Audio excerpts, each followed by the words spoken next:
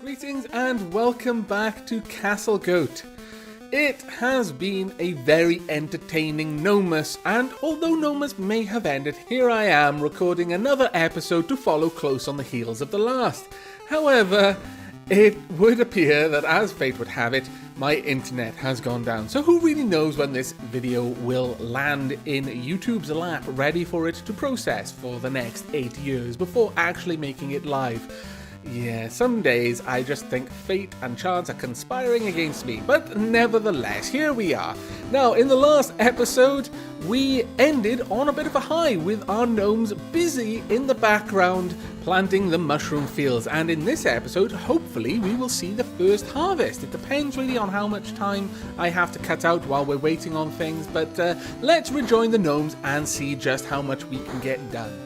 Okay, well, as you can see, I've already begun work on laying out the pasture area the way I want it to look. What you can see here, ghosts are on the floor, thatched areas with log, that'll actually be built up to be a wall as well. I just wanted to get the floors replaced first. The thatch areas will basically be the stables or the little bed areas for our animals, our livestock. And over here, I'm going to have a little window. Ooh, the sun has risen. Ooh. Let me go check. Now, I am going to start just doing this off camera rather than forcing you to endure the early morning mant check every single time I do it. But since I was already recording at the time, any mants out here? See, this is a place that I'm constantly afraid a mant is going to sneak into and I'm not going to notice him. It could happen so easily. And then all of a sudden, everyone dies. Or for want of noticing a tiny little mant scurrying around looking for food. But I think we're good. Oh, what? A bear has been spotted. Oh, okay. Don't frighten me.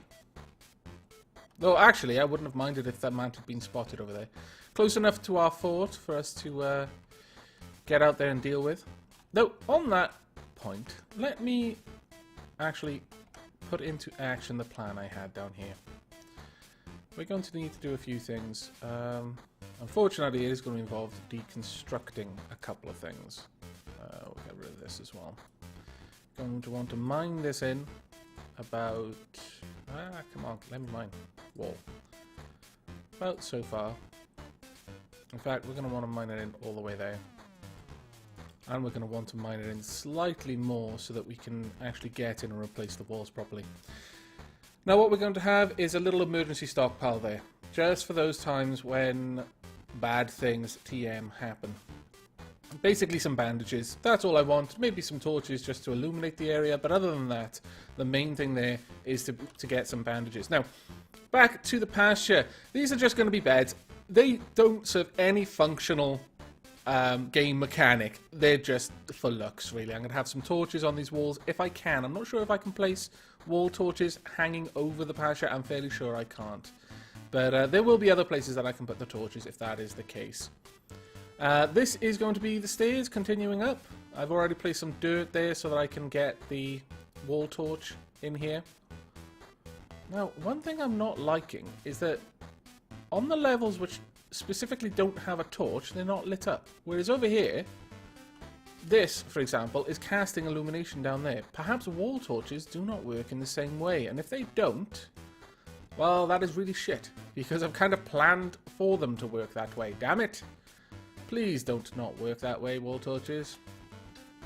How much water have we got? 18% water, and as you can see, I'm strip mining this area to get the water out of the remaining part of this these fields. Hopefully, as we get down there. One of the things that people have told me is that water doesn't evaporate in the same way if it's not above ground. Okay, we don't need to go much further than that then. We'll cancel this bit down there.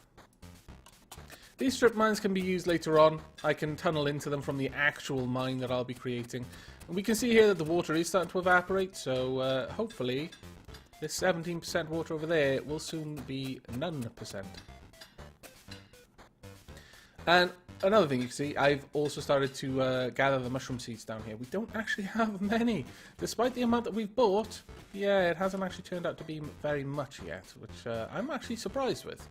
If I'm honest, I was expecting us to have quite a few. But other than that, life goes on more or less the same way it has been for the last couple of days. So I'm going to pause the recording here and bring you back should something interesting occur.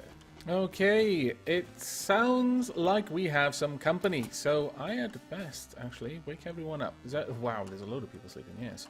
I definitely need to wake people up. Okay, sound the alarm. Then I would like my main squads to take their guard stations. Casing shelters of camp, and finally the cloaked baths. Now the way we're going to do this, I actually need to designate one more guard area, and that's going to be right in this spot here. It's going to be and of course we're going to put the poisonous ancients there in just a moment. First, however, we're going to take them off that. Yes, brilliant! The moment they came off that, they realised there was a very important job to do and got straight on that. Now, you shall not pass! Poisonous Ancients, take your positions! Now, hopefully, everyone is rushing to their posts. Now, what I need is to change the position of militia to use goblin slaying. There we are. Right. Enjoy equipping yourselves with proper armor. Oh, look at that. They've all got skull helmets. How fantastic. Where are you off to, exactly? Sopranti. Sopranti, come on now. Don't do this to me. Also, oh my lord, what did I just see? Oh my goodness. I saw exactly what I thought I saw. We have our very first ogre. The ogres have finally learnt of our awesome kingdom and have come here to eat our brains. Or, well, every bit of us, really. They're not too picky, from what I understand. Right, skills. 38 in fighting. That's not too bad, and you can usually tell. This ogre has a very sort of beige-coloured skin, a browny, normal skin colour, really. The bluer their skin, I've found, the more dangerous they are. And if they have two heads, one might call them an Etin, but those are the most dangerous. But it looks that because it's generated one powerful unit, it's taken the place of several other weaker units. So we may only have one goblin to worry about. Right, goblin fighter, I want the poisonous ancients to get on him, please. Yes, and an ogre. I was waiting for that. Now, the ogres will only fight with their fists and their teeth. Unfortunately, their fists and their teeth are remarkably efficient at killing things. Right, everything now needs to attack, and the same really for the ogre. Everything needs to attack it. Okay, everyone. Now, as we can see, they've donned some helmets and some breastplates, or well, rather chest plates of bone. It's not going to be particularly useful for them, but they do have lots of axes there, so our units should be pretty good. And we're going to be fighting these guys right next to a chest full of bandages, I hope. No, we're not. The bandage chest does not have bandages in it. Why? Why not? I think I may need to increase the bandage production. Remind me if we survive. Right. Goblin has died. Okay, that was fantastically fast. Let's check that out. Right. Let's actually see how the ogre is doing. Lizzie kicks the goblin, hitting the left eye and crushing the eye. Well, that was a good opening move there, Lizzie. Well done. Ogre punches Lizzie, hitting the right arm, smashing the bronze pauldron. Lizzie punched the goblin. Lizzie punches the goblin, hitting the lower body. Ogre bites Lizzie, but Lizzie dodges out of the way, because Lizzie is not having any of that shit. I tell you that right now. Goblin drops a worn copper hammer. Well done, Lizzie, so she immediately disarmed him as well. Then I weighed in with a basalt hand axe at the goblin, hitting the lower body, slicing through the skin, and cutting the abdominal muscles. My lord, that must hurt. It's bleeding, an artery has been struck. The ogre is kicking Lizzie. Okay, well, I imagine this goblin went down pretty quickly once everyone got there.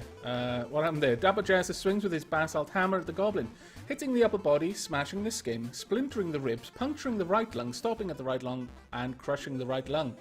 Yes. Bomarito picks up the copper hand axe. Alana swings with her basalt hammer at the goblin, hitting the upper body, smashing the skin, and crushing the left lung. He's suffocating. He has died. Now, what's happening with the ogre? Elzendorf managed to hit it with the axe. Well done. Ogre's low body's bleeding. Right, now the only thing with ogres is they don't wear armor, so we're not going to get anything great out of this in terms of metal. However, there is one thing that ogres do, or rather come equipped with, and that is this skin. Ogre leather is the strongest leather in the game, and two-headed ogre leather is literally the strongest leather in the game. If you make leather armor late game, you should be making it out of ogre leather if you wanted to really be defending against the things late game. But as you can see, these things are enormous tanks. Our whole kingdom is currently here, not unarmed now. They've actually got axes and hammers, and yeah, it's still not dead. And it's probably not for a want of hitting it. As you can see, all of these things are hitting it. It's cutting the hide a little bit, hitting the hide, cutting the hide, stopping at the hide. Its skin is literally stopping attacks. That's how tough their skin is. So that's why making ogre leather items is pretty good. But we are getting a couple of hits on it. Is it still attacking Lizzie primarily? I imagine so, but at this point, it's getting overwhelmed. So I imagine its combat effectiveness has gone right down. He's male, he's bleeding. He's bleeding from his upper body, lower body, right leg, right foot, left leg, head, right arm, right hand, left arm, left hand. The only part of him that isn't really bleeding is his left foot. Well done. The ogre has seriously injured his right eye and left eye, so he's blind. That's why he's missing. Has an injured mouth. Oh. Did someone wallop you in the mouth with the hammer? That's a bit rude. It looks like our merchant is decided to leave. Oh no, she can see the ogre, so she's panicking. I understand. That makes perfect sense, honestly. Now, let's just have a quick look at the marble floor here, because I want to make sure that no one else's blood, because an ogre's bite is, as you might imagine, pretty strong. As long as it's attacking Lizzie, I doubt it's going to be able to get through. But if for some reason it decided to take a stray chomp at one of our gnomes, then that could have turned out quite bad. But no, we are doing really well. Well done, everyone. Right, you can sound the all clear now. I'm going to take you guys off. You shall not pass. Oh, that was actually pretty good for an ogre battle, I think. Everyone deserves much, much, much food and drink and merrymaking in the Great Hall. Unfortunately, you're not going to get it because there's work to be done. But you do deserve it, and I acknowledge this. Okay, well that was actually a pretty awesome fight. The first ogre battle. I think we did remarkably well, considering no one got hurt, I think. I don't see anyone's blood anyway. Lizzie may have... I don't know. I don't think that... our units in armor will actually get, like, wounds through the armor. Indoor fortress, you would. If someone was wearing armor, then the force of a blunt object could travel through the armor. That's why certain types of armor aren't as effective against certain types of damage. The force of the blow would travel through and could fracture the bones underneath. Not so in this, I don't believe. So I'm fairly sure as long as the armor is there, then Lizzie, and for that matter Sir Prancy, when the time comes, are utterly safe. There's nothing that will be able to hurt them. Right, so I'm going to take the rest of the day now, or rather the rest of the night, and get some things sorted. I shall bring you back when something has happened, or if we encounter a mount in the morning. So see you in a few minutes. Nothing has happened for a couple of days now. I'm actually starting to get a little bit suspicious, but in preparation for the enormous invasion that's going to happen, I have placed a bunch of torches outside to try and illuminate the place a little bit better. Also, for those of you who were quite observant and noticed what I didn't, it seems that that ramp couldn't simply lead up onto that platform where that ramp is. It needed the wall there. So as I'm running a little low on stone at the moment, of all things, I built the stairs. So finally, we are actually tending these fields again. That also meant that suddenly we built all of these thatch floors, and the troughs should be relatively good. Let me just check. Yeah, 64. What about you? 64. And down here? Also, oh no, almost 64. But for now, as we seem to be, or at least I thought we were having some issues with our livestock, with getting the straw to the actual troughs, I set, where are you? find you. Adsto as a Beastmaster, but I think I'm going to set him as a Druid for now instead, just to help me get those fields all harvested. Now, this is actually ready for me to place, let's see, a floor. Just temporarily. This is the actual trick that I mentioned to getting the wall torches to go where you want them to go. You place that there, and let me find the furniture, wall torch, another wall torch, and if I rotate this correctly, there we go. And the floor disappears and the torch is set to be built. Now the other thing I've done, actually I was thinking of putting a torch up there, maybe I should have, is I set up the, you know what would actually be better? A skull on a stick. Yes, I like this. Let's build another dirt floor. But a couple of people had mentioned that I had dirt there. It was quite intentional. I wanted to build these ramps, but that meant I needed to get at this thing from this side, because you need to build the wall first, and then you can build the ramp up against it. So I needed access from this side after having built this one, so that's why I had dirt there. But I'm going to just replace the dirt for a moment, just long enough for me to place a skull on a stick. Soil floor. About there. Now, furniture, and skull on a pole.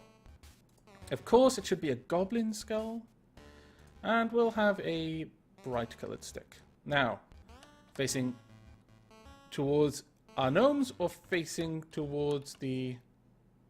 Yeah, I think facing towards the actual training ground. I think that would make a powerful statement. But other than that, I'm just still waiting on things to be built. I've started plans. I've sealed that off there. We finally got most of this done. Almost all of the floor replaced as well. But this is going to be our way down. This is going to be the area that takes us down into the mines and all the way down, hopefully. Right now, I'm just waiting on getting a bit more stone so that I can seal all of this off properly. In fact, I can work on that now. Let's see. Unfortunately, as I've mentioned, we are running low on stone most of the time. Or rather, getting the stone cut properly, anyway. Put that there, and draw that out. And, of course, mine into the wall so that we can replace the corners properly. But the other thing I've done is I've actually set up the stone cutters to keep blocks of the various other types of block. So we've got, in total, basalt, marble, sandstone, lapis lazuli, serpentine, and bauxite and granite. And we're building up to 13 at a time of these because that will allow all of them to fit in these 3 crates. They're no longer separated, they're just block storage. So hopefully they should actually be relatively full. Yes, no. Damn it. Right, I am going to let you go once again. And hopefully we'll see some action here soon. But not too much action. Just enough action that we can defeat it with ease. And, you know, just get the blood pumping a little bit, but not, you know, terrify my gnomes and scar them for life. So see you in a few minutes. Joyous day! Look at this! Our first mushroom harvest! Fantastic! Right, we need to set up some mushroom tea right now. Yes, 64, straight away, no. We had best set this up properly. So, of course, it's going to be the first one in the queue, though. Heaven forbid we actually put anything else ahead of it. And then up to 64. Oh, happy day. Finally! Let's see, are they carting these mushrooms over here? They best be. Now, we continue to find plenty of gems in here, though I fancy we may have finished off the vein now, saying that. It's almost time for night as well. That's not good. But currently we've got some people just mining up here. In fact, I probably should stop that because night is right around the corner and I don't want anyone dying because of something stupid. But we need the marble at the moment because I'm trying to lay a marble path. Always with the marble. As soon as we actually find a vein of marble, our lives are going to be significantly easier. But if we look over here, we do actually have most of the basalt done, so which is quite nice. Now, the way I'm going to have this going down is I want a balcony in here. Let's see. We'll use, yeah, basalt floor. In fact, I'll go to this menu because I'm probably going to be doing this a lot. So, basalt floor here.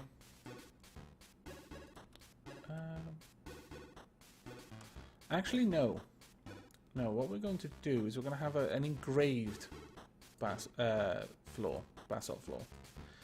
Because at the corners, where we're going to have our stairs, we're going to have stairs in the middle, then just a regular engraved stairs, going all the way down throughout the levels. And the doors will occur on the edges, on the corners, where these platforms exist. Now, I will be having wall torches on the opposite walls. I won't place that just yet. But that's the plan for the way this is going to go down. Usually there'll just be a corner. I'm going to take it down to about depth -6 and start quite aggressive strip mining, looking for the stone veins, or rather ores, more to the point, and any marble that we can find. But I'm going to do that off camera, just setting that all up. So hopefully when we return, we'll actually be strip mining or fighting.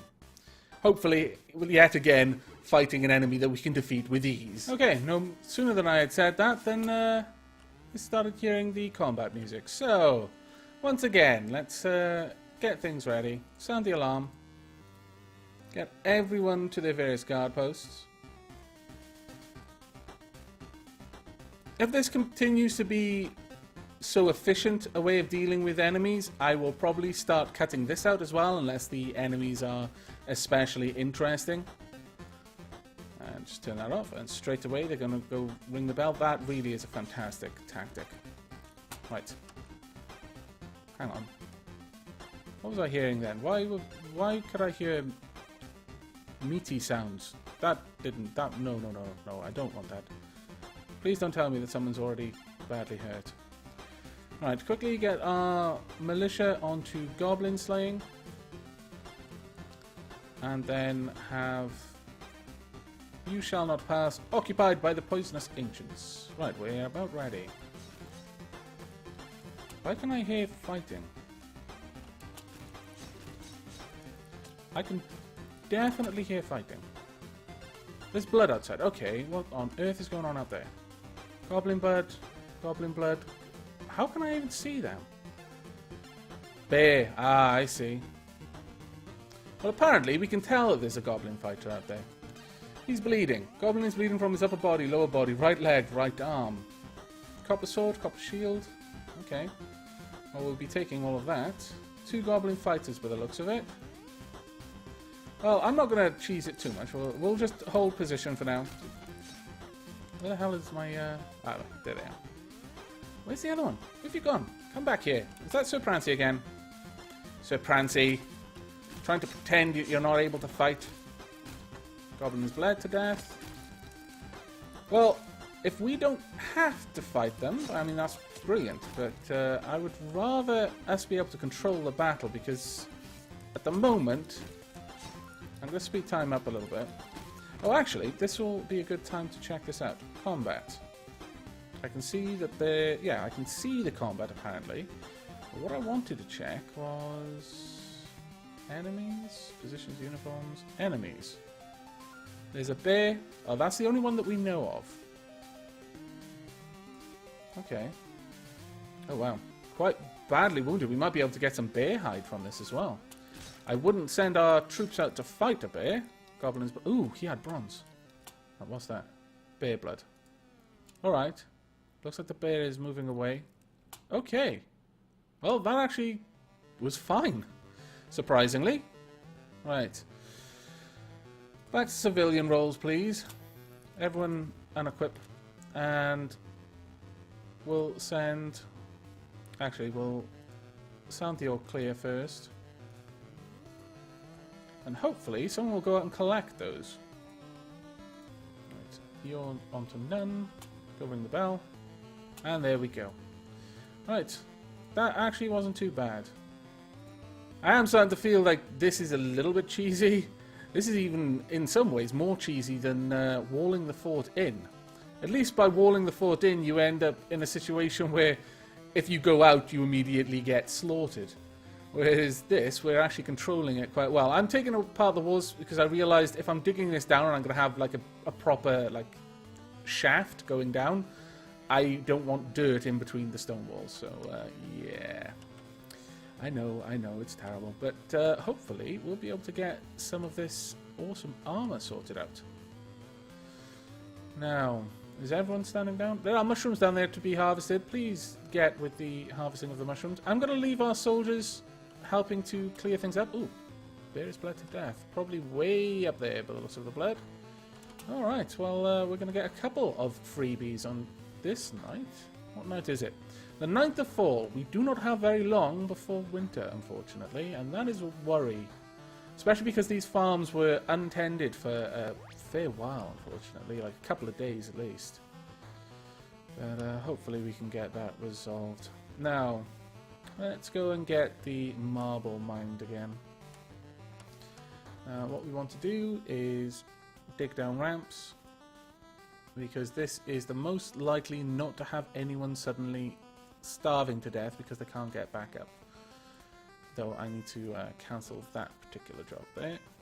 And while we're up here, we may as well mine out that coal as well, rather than have to worry about using trees. There we go. Chop chop. Oh wow, you're already there. My lord. Ah, that's it. Can't say I'm too enthused about your work ethic there, Dapper McJaster, but I suppose I can't really complain, because you might punch me and kill me instantly. Right, let's get some more of these walls built then. But whilst our gnomes are busy finishing off some construction, I'll wrap the episode up there. But what an interesting episode it has been. We have seen our first ogre. Now, I do think it was a bit of an out-of-depth encounter, so I don't expect to see ogres frequently, but as you've seen, when the ogres spawned, it resulted in there being far less goblins to deal with, because the ogre itself is such a powerful opponent that it took the space of 2 or 3 other goblins, which might have brought along limb hacking off weapons. So I'm alright with that trade, especially seeing how well our military have dealt with it. Now, the only concern I have is that our bronze armor has taken quite a pounding so far. I don't know how much more damage it's going to be able to sustain before we need to replace some of the parts. And we don't have any more bronze. So that is going to be an issue. So we need to get onto the strip mining sooner rather than later to try and get some tin and copper to make any replacements that are necessary. But that is it for this episode. I hope you've enjoyed it, and I hope you will join me for the next. I'm not sure when this one is going to go live on YouTube. As I've said, my internet is down at the moment.